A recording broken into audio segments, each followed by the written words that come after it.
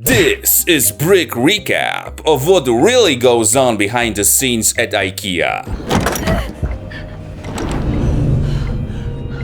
And now, we'll explore miserable spaces. No! God, please, no!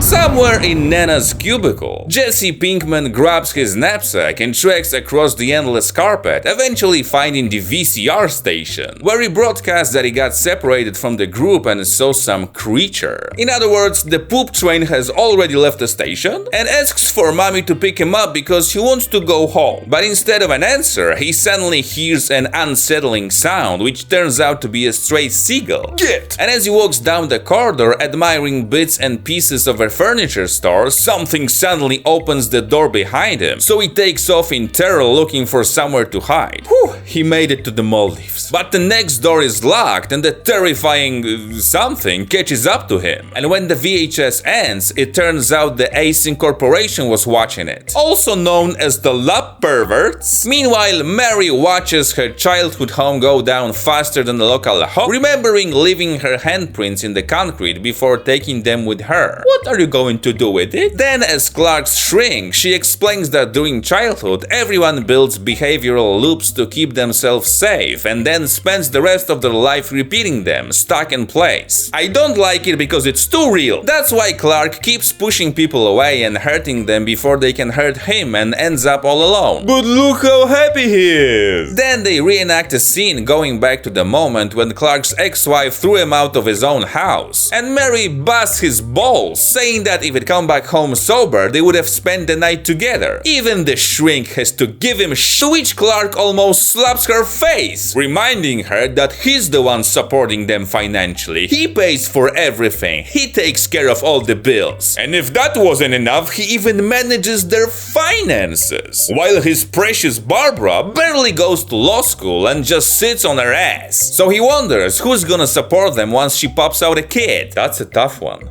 Any hints? And Mary says that's a good start and his reaction was pretty normal, so they can start forging a new behavioral path. I'm pretty sure she's hitting on him. Then Clark records another cringe-worthy commercial for his furniture store until he falls on his stupid head and orders his assistants to cut and open the store, but it's already open. Who's paying his taxes? Then a handyman shows up to tear half the office apart. And when they look inside the breaker box's ass, they find 3 weird switches and have no idea what they're for. Hey, stop it. While at night, Mary watches a commercial for her own course on CD-ROM cassettes about opening windows. You know, the ones in here. While Clark, crashing at his own furniture store and sipping brewski because he has it all, suddenly sees a feed from some yellow room and the lights start acting up again.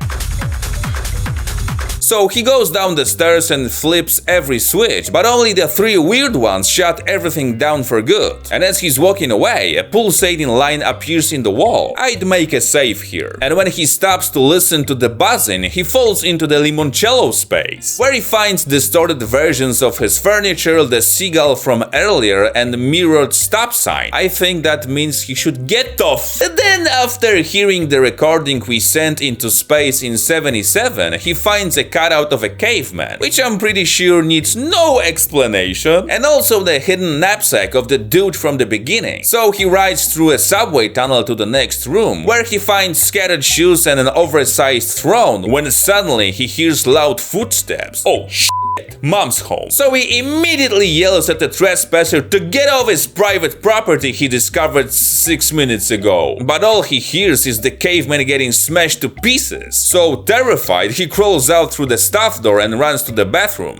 Man, I suddenly gotta pee. And after finding a hole in the whole thing, he goes back to the store, but 3 seconds later he turns around and grabs a stool. So he has something to sit on and think about what just happened. Well, that was a little fun. Then sometime later, he visits his shrink and tells her what he discovered, describing the endless place he started exploring, even showing her a map he made. Normally, I'd tell him to see a psychiatrist, but Mary isn't exactly convinced, so the irritated jerk announces he'll bring her proof, and she'll have to blow him a proper apology, the slurpy kind. Then he recruits his assistants to do some research, and Bobby fires up the potato, recording a guy who confidently claims claims he's about to walk through a door made of gaffer tape. And usually that would be some redneck who's about to become the internet's next idiot, but Clark just pulls the Harry Potter and walks through, and the shocked asses follow him to the other side, admiring places that more and more look like an A$AP Rocky music video. Yes, I have internet too. Then Clark ties Bobby up with a rope, and despite Cat, who keeps trying to ruin all the fun, they lower him down the shaft, where he finds piles of dirty laundry and a shy little face peeking out. Thanks, now I'm not sleeping for another 3 days. But suddenly some big creature shows up, so Blondie gets the out of there. But they can't untie him in time, and he gets dragged back down. Why didn't you say anything, Cat? And the IKEA couch knocks down the other two too, where they watch as the body gets dragged away, so Cat runs off to save her teddy bear, while Clark climbs through the hole in the wall and races through one AI-generated room after another, until he ends up in a room with a Christmas tree and people frozen into the floor. Merry Christmas? Where some party dude turns on the lamp and a crazy redhead starts to boogie, so Clark runs off to a bathroom inspired by some guy's face, and then to an empty pool where Cat claims she can see him because the wall is made of glass. That doesn't make any sense. And when they try to figure out how to get to each other, the creature suddenly grabs the potato and the video cuts out, so you know what happened to them. Meanwhile, the Virgin Mary remembers how her loony mother wouldn't let her go outside because they're all over the place. The repo guys? When suddenly the house gets torn down and Mary wakes up, listening to a message from Clark saying he opened a window and won't be coming back to therapy. But psychiatrists don't let go that easily of money. So Maria drives to his home, aka the furniture store, because he's a loser. And walking through the showroom packed like it's Black Friday, she spots the pulsating light and heads downstairs, watching a fly disappear into the wall. Weasley? Then she gently sticks her fingers in like on a first date, and finally steps into the limoncello space, where she soon finds Clark's private notes on the wall, symbolizing that he's not doing too well.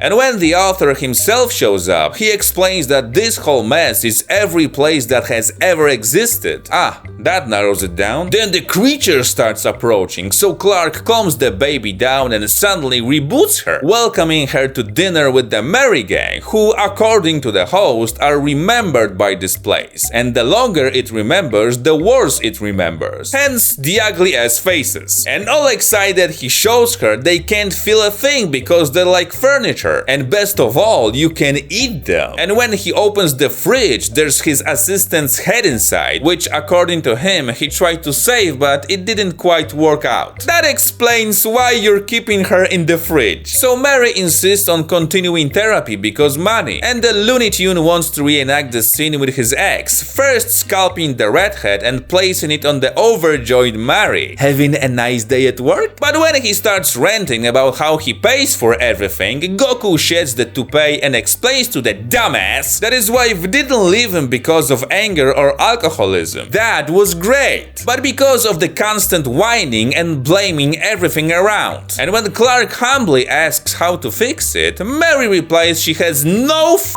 idea. Finally, an honest therapist. And they both come to the conclusion that he should stay here because that's where losers belong. But when he unties Mary, the redhead suddenly goes nuts and runs into the wall to greet it with her face. With all three of them. When Captain Clark shows up, the personification of the original Clark's anger and all his crap, who the original tells it's cool because they don't have to change, so the giant picks him up like a toddler and hugs him. Now I get what girls see in tall men. But he changes his mind and bites Clark, throwing him around the place. And when Mary escapes outside, Captain Clark just drags the body and goes after Sweet Cheeks, who bursts into some house and breaks her ass in half in the couch paradise. Who lives here? And she barely squeezes through the corridor to the office cliff, where she opens the ceiling door and escapes to the furniture store knockoff, where that sleazebag shows up, so she breaks his clock and slams slams into the cutout, triggering the alarm and the sleeping gas. Well, thanks, now I am not going to finish the... And when the beast crawls up to her, of course she takes out the concrete hand and beats the pirate with it until, well, it basically does nothing. Yes! So she squeezes through another crack straight into the corporate hands, where Phil explains to her that they used to make MRI machines, but then they looked into the backrooms and now they're exploring them. And they're the ones to put the cavemen there to lure the creatures, but that one I actually googled myself. Then he says he's not sure what they're going to do with Mary, but she doesn't give a shit anyway, dreaming again about her childhood home, which has already been copied into the backrooms, as well as all the other crap from the real world, including Mary herself sitting in a room. She's a 4 at best now. My honest rating of this movie is 8 out of 10. Write in the comments what you'd like to see in the next episode and let me know if you'd ever step into the backrooms.